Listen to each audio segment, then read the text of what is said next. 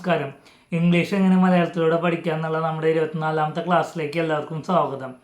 Simple പ്രസൻറ്റിൽ നമ്മൾ ഇന്നലെ questions ഉണ്ടാക്കാൻ പഠിച്ചു. ഇന്ന് അതിൻ്റെ ബാക്കിയാണ് പഠിക്കുന്നത്. അപ്പോൾ നമുക്ക് നേരെ ക്ലാസ്സിലേക്ക് കിടക്കാം. Where do you live? Where do you live? നീ എവിടെയാണ് താമസിക്കുന്നത്? Where do you live? Live LIVE എന്ന് വെച്ചാൽ ലിവ് താമസിക്കുക. വേർ എവിടെയാണ്? Where do you live? നീ എന്ന് പറയുമ്പോൾ ബഹുവചനമായിട്ട് കാണുന്നതുകൊണ്ട് ഡു ആണ് വരിക. അപ്പോൾ where do you live?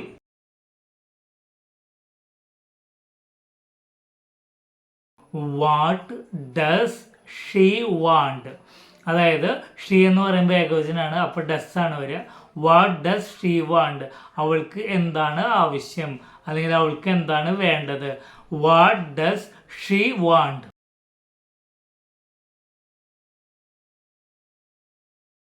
Y do you cry?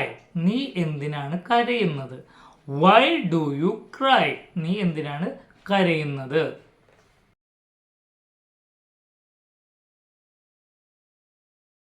How does he go to work? How does he go to work?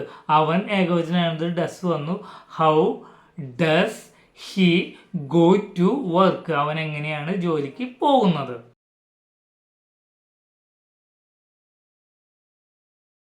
What time does the school start? What time does the school start? School ഏത് സമയത്താണ് തുടങ്ങുന്നത്? What time does the school start?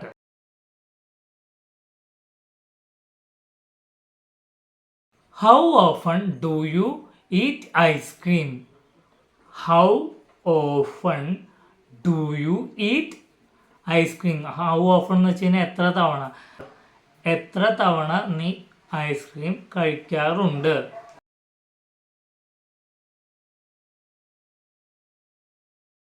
Which book do you like? ഏത് പുസ്തകമാണ് നിനക്ക് ഇഷ്ടം? Which book do you like? ഏത് പുസ്തകമാണ് നിനക്ക് ഇഷ്ടം?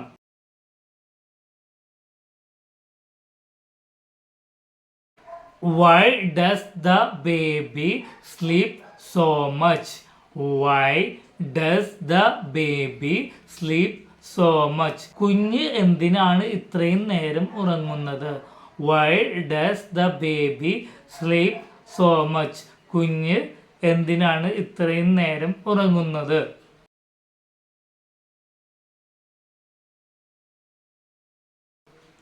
അപ്പോൾ നമ്മൾ ഇന്നത്തെ ക്ലാസ്സിൽ വാട്ട്, വെന്ന് അങ്ങനത്തെ കാര്യങ്ങൾ, അതായത് ക്വസ്റ്റ്യൻ ഫോമുകളുള്ള കാര്യങ്ങൾ വെച്ച് ചോദ്യം ഉണ്ടാക്കാൻ പഠിച്ചു. അപ്പോൾ ഇതിൻ്റെ ബാക്കി നമുക്ക് അടുത്ത ക്ലാസ്സിൽ പഠിക്കാം. അപ്പോൾ എല്ലാവർക്കും നല്ലൊരു ഞായറാഴ്ച ആശംസിക്കുന്നു.